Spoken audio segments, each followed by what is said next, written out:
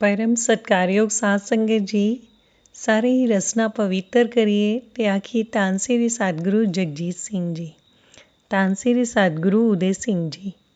साध संगत जी, आज की साखी संबंधित है बीबी सतिंदरपाल कौर धर्म पत्नी संत बलदेव सिंह जी, मंडी हिमाचल प्रदेश। साखी का सिरलेख है एक दी थां ते पंज पुत्रां दी दात। बीबी सतिंदरपाल कौर सुकेत मंडी हिमाचल प्रदेश विच रहिंदी है। इन्हां दे पति संत बलदेव सिंह बड़े गुरमुख सुभाअ दे हन। इन्हां दीयां 4 लड़कियां ते एक लड़का है। लड़का पढ़िया लिखिया नामधारी रहत मर्यादा दा पालन करदा है। MSc ते होर डिग्रियां प्राप्त करन तो बाद विच भी शहर विच दुकान ही चलाउंदा है। लड़का भी सच्चे पातशाह जी दी देन मनदे हन। कहते हैं कि पूज्य श्री बेबे दलीप कौर जी ने मंडी विखे चरण पाए। बीबी सतिंदरपाल कौर जी की माता ते भैन ते होर साध संगत सी। बेबे जी ने पूछया किन्ने बच्चे हैं? जी 4 लड़कियां हैं। किरपा करो ती भुजंगी दी दात बख्शो जी। बचन होया एक नहीं 5 लड़के तेनू पातशाह जी देणगे। बीबी हरबंस कौर ने प्रसाद वंडदियां 5 फल बीबी नू दिते। बेबे जी 5 मैं की करने हन?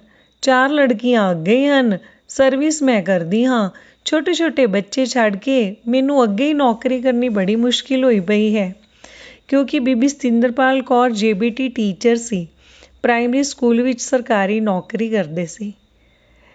नहीं सच्चे पातशाह जी दा हुक्म है 5 ही देने हैं। बेबे जी ने हुक्म किया। सतिंदरपाल कहन लगी मैनू तो इक्को ही दिओ, बाद विच मैं ऑपरेशन करा देंगी। बेबे जी ने दोबारा हुक्म दोहराया तेनू 5 दिते हैं, तू 2 रख लई ते 3 असीं लै लवांगे। एने नू सतिंदरपाल कौर दी भैन ने पिछों चुंडी मारी, सतिंदर गुरु कियां दा बचन उल्टाईदा नहीं। सतिंदरपाल ने खीमा दी याचना की। बेबे जी हुक्म किया कोई गल नहीं, तेनू सतगुरां ने खुशियां बख्शियां हैं। कुछ समय बाद सतिंदरपाल कौर दे घर 4 बीबियां तो बाद एक भुजंगी ने जन्म लिया। उस तो बाद विच एक होर बच्चा जिहड़ा चल वसिया। बचन 2 दे लैण दा सी सो पूरा होया। काके दा नाम बीबी ने गुरशरण सिंह रखिया। एक होर साखी है बीबी जी दी। बीबी सतिंदरपाल कौर जी दे दूजे नंबर वाली लड़की श्री भैणी साहिब संत पूरन सिंह होरां दे सुपुत्र रागी मोहन सिंह होरां नाल विआही हुई है।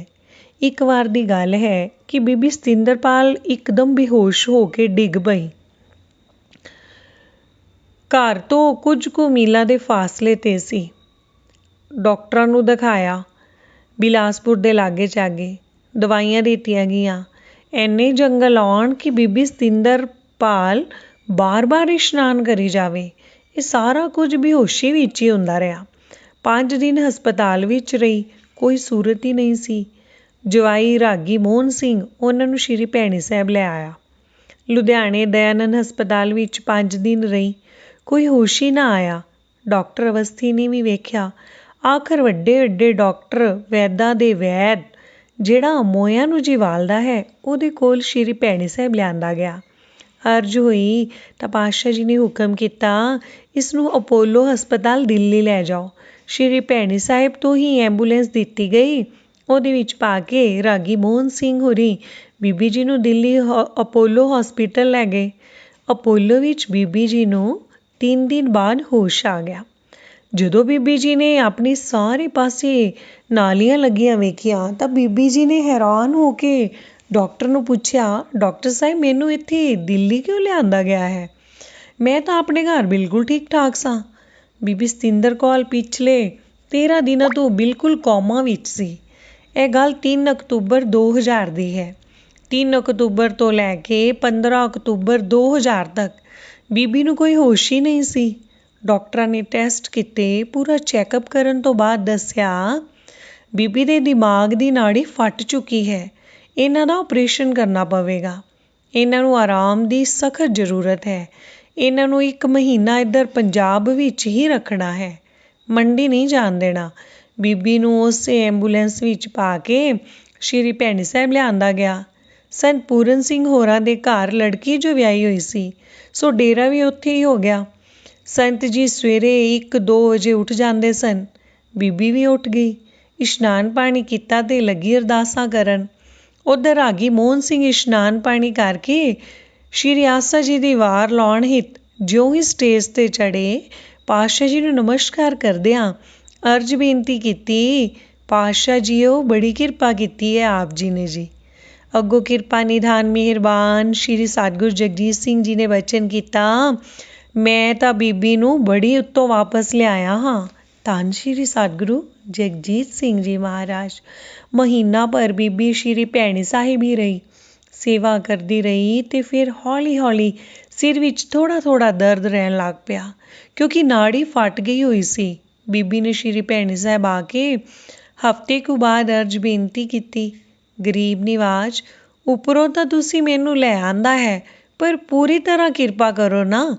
ਗਰੀਬ ਨਿਵਾਜ ਸ਼੍ਰੀ ਸਤਿਗੁਰੂ ਜੀ ਬਚਨ ਕੀਤਾ, 20 ਦਿਨ 1 ਮਾਲਾ ਭਗੌਤੀਆਂ ਦੀ ਤੇ 1 ਮਾਲਾ ਭਜਨ ਦੀ ਕਰਕੇ ਅਰਦਾਸ ਕਰੋ, ਸੱਚੇ ਪਾਤਸ਼ਾਹ ਜੀ ਕਿਰਪਾ ਕਰਨਗੇ। ਬੀਬੀ ਜੀ ਨੇ 20 ਦਿਨ ਮਾਲਾ ਕੀਤੀਆਂ। ਦੁਬਾਰਾ ਚੈੱਕਅਪ ਕਰਾਉਣ ਲਈ ਦਿੱਲੀ ਜਾਣਾ ਸੀ। ਪੂਰੇ 20 ਦਿਨਾਂ ਬਾਅਦ ਬੀਬੀ ਦਿੱਲੀ ਅਪੋਲੋ ਹਸਪਤਾਲ ਪਹੁੰਚੀ, ਕਿਉਂਕਿ ਨਾੜੀ ਵਿੱਚ ਲੀਕੇਜ ਸੀ, ਇਸ ਕਰਕੇ ਆਪਰੇਸ਼ਨ ਤੇ ਹੋਣਾ ਹੀ ਸੀ। ਐਂਜੀਓਗ੍ਰਾਫੀ ਹੋਈ, ਆਪਰੇਸ਼ਨ ਹੋ ਗਿਆ, ਬੀਬੀ ਘਰ ਵਾਪਸ ਆ ਗਈ। ਬੀਬੀ ਹੁਣ ਬਿਲਕੁਲ ਠੀਕ ਠਾਕ ਹੈ। ਬੀਬੀ ਸਤਿੰਦਰਪਾਲ ਕੌਰ ਨੂੰ ਜਿਸ ਦਿਨ ਲੁਧਿਆਣੇ ਹਸਪਤਾਲ ਲਿਆਂਦਾ ਗਿਆ, ਕੋਈ 25-30 ਹਜ਼ਾਰ ਰੁਪਇਆ ਹੀ ਸੀ ਕੋਲ। ਲੁਧਿਆਣੇ ਤੋਂ ਦਿੱਲੀ ਅਪੋਲੋ ਹਸਪੀਟਲ ਤੇ ਫਿਰ ਅਪੋਲੋ ਦਾ ਖਰਚਾ, ਇਹ ਜ਼ਿੰਮੇਵਾਰੀ ਵੀ ਪਾਤਸ਼ਾਹ ਜੀ ਨੇ ਆਪਣੇ ਜ਼ਿੰਮੇ ਹੀ ਲਈ। ਮੋਹਨ ਸਿੰਘ ਰਾਗੀ ਨਾਲ ਦਿੱਲੀ ਗਿਆ, ਹੁਕਮ ਕੀਤਾ, ਪੈਸਾ ਜਿੰਨਾ ਵੀ ਚਾਹੀਦਾ ਹੋਵੇ ਮਨਚੰਦਾ ਜੀ ਕੋਲੋਂ ਲੈ ਲੈਣਾ। ਮੋਹਨ ਸਿੰਘ ਨੇ ਮਨਚੰਦਾ ਜੀ ਕੋਲੋਂ 80 ਹਜ਼ਾਰ ਰੁਪਇਆ ਲਿਆ ਤੇ ਅਪੋਲੋ ਦਾ ਖਰਚਾ ਕੀਤਾ। ਫਿਰ ਆਪਰੇਸ਼ਨ ਵਾਲੇ ਦਿਨ 1,10,000 ਦਾ ਹੋਰ ਖਰਚਾ ਸੀ, ਉਹ ਵੀ ਮੋਹਨ ਸਿੰਘ ਨੂੰ ਕਿਸੇ ਆਦਮੀ ਦਾ ਨਾਮ ਦੱਸ ਕੇ ਭੇਜਿਆ ਕਿ ਪੈਸੇ ਉਹਦੇ ਕੋਲੋਂ ਲੈ ਲੈਣੇ। ਸੋ ਰਾਗੀ ਮੋਹਨ ਸਿੰਘ ਨੇ ਉਸੇ ਆਦਮੀ ਕੋਲੋਂ ਪੈਸੇ ਲੈ ਕੇ ਆਪਰੇਸ਼ਨ ਕਰਵਾ ਦਿੱਤਾ। ਉਹਨਾਂ ਦਿਨਾਂ ਵਿੱਚ ਅਪੋਲੋ ਰਜਿਸਟਰਡ ਨਹੀਂ ਸੀ, ਇਸ ਕਰਕੇ ਬੀਬੀ ਦੀ ਸਰਕਾਰੀ ਨੌਕਰੀ ਹੁੰਦਿਆਂ ਹੋਇਆਂ ਵੀ ਰਿਫੰਡੇਬਲ ਨਹੀਂ ਹੋ ਸਕਦੀ ਸੀ। ਪਰ ਕੁਦਰਤ ਪਾਤਸ਼ਾਹ ਜੀ ਦੀ, ਜਦੋਂ ਉਸਨੇ ਮਿਹਰ ਕਰਨੀ ਹੋਵੇ, ਨਵਾਂ ਕੰਮ ਹੋਇਆ। ਸ਼ਿਮਲੇ ਆਫਿਸ ਤੋਂ ਅਪੋਲੋ ਵਿੱਚ ਦਿੱਤੀ ਫੀਸ ਵਾਪਸੀ ਦੀ ਮਨਜ਼ੂਰੀ ਮਿਲ ਗਈ। ਛੇਤੀ ਨਾਲ ਚੈੱਕ ਪਾਸ ਹੋਇਆ ਤੇ 1,80,000 ਜਿੰਨਾ ਪੈਸਾ ਉਧਾਰਾ ਲਿਆ ਸੀ, ਓਨੇ ਦਾ ਓਨਾ ਮਿਲ ਗਿਆ। ਬੀਬੀ ਜੀ ਦੀ ਖੁਆਇਸ਼ ਸੀ ਕਿ ਉਸ ਨੇ ਜਿੰਨਾ ਪੈਸਾ ਲਿਆ ਹੈ, ਉਸ ਵਿੱਚ 10,000 ਰੁਪਇਆ ਹੋਰ ਪਾ ਕੇ ਸ਼੍ਰੀ ਭੈਣੀ ਸਾਹਿਬ ਜਾ ਕੇ ਪਾਤਸ਼ਾਹ ਜੀ ਨੂੰ ਮੱਥਾ ਟੇਕੇ, ਕਿਉਂਕਿ ਉਸਨੂੰ ਸਾਧ ਸੰਗਤ ਦੇ ਗੁਰੂ ਘਰ ਦੇ ਪੈਸੇ ਵਾਪਸ ਕਰਨ ਦੀ ਬਹੁਤ ਹੀ ਚਿੰਤਾ ਲੱਗੀ ਹੋਈ ਸੀ।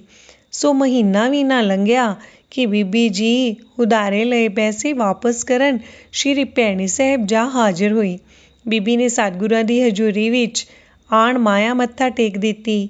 ਪਾਤਸ਼ਾਹ ਜੀ ਨੇ ਬਚਨ ਕੀਤਾ, ਮਾਇਆ ਦੀ ਇੰਨੀ ਕਾਹਲੀ ਕਾਹਦੀ ਸੀ?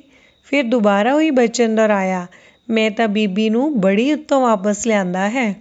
ਧੰਨ ਧੰਨ ਸਤਿਗੁਰੂ ਜਗਜੀਤ ਸਿੰਘ ਜੀ ਹਨ। ਸਤਿਗੁਰੂ ਮੇਰਾ ਸਰਬ ਪ੍ਰਤਿਪਾਲੇ, ਸਤਿਗੁਰੂ ਮੇਰਾ ਮਾਰ ਜੀਵਾਲੇ ਦੇ ਮਹਾਵਾਕ ਅਨੁਸਾਰ ਸਤਿਗੁਰੂ ਤੇ ਧਨ ਹੈ ਜੋ ਕਾਲ ਦੇ ਮੂੰਹ ਵਿੱਚੋਂ ਵੀ ਕੱਢ ਲਿਆਉਂਦਾ ਹੈ।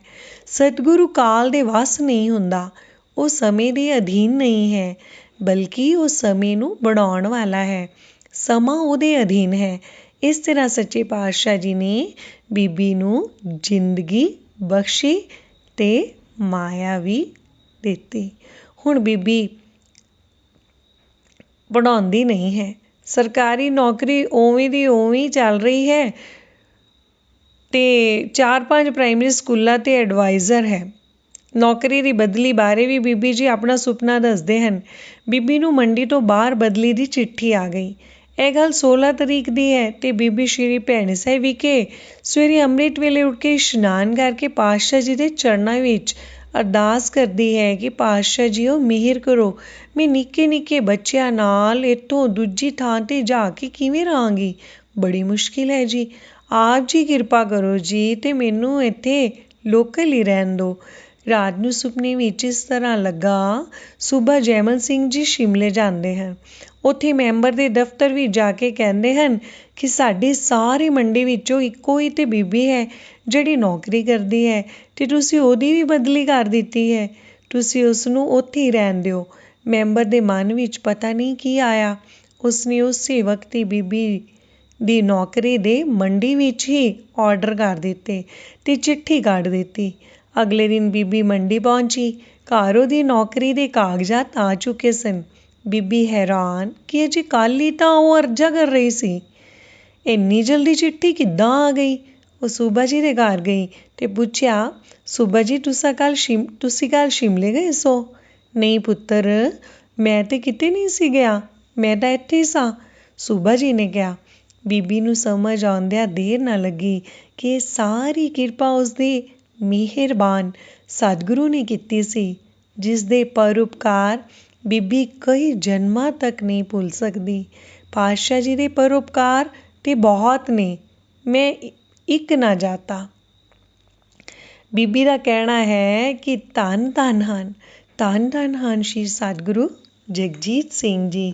ਸਾਰੇ ਹੀ ਡੰਡੌਤ ਬੰਦਨਾ ਕਰ ਲਈਏ ਤੇ ਆਖੀਏ ਧੰਨ ਧੰਨ ਸ਼੍ਰੀ ਸਤਿਗੁਰੂ ਜਗਜੀਤ ਸਿੰਘ ਜੀ।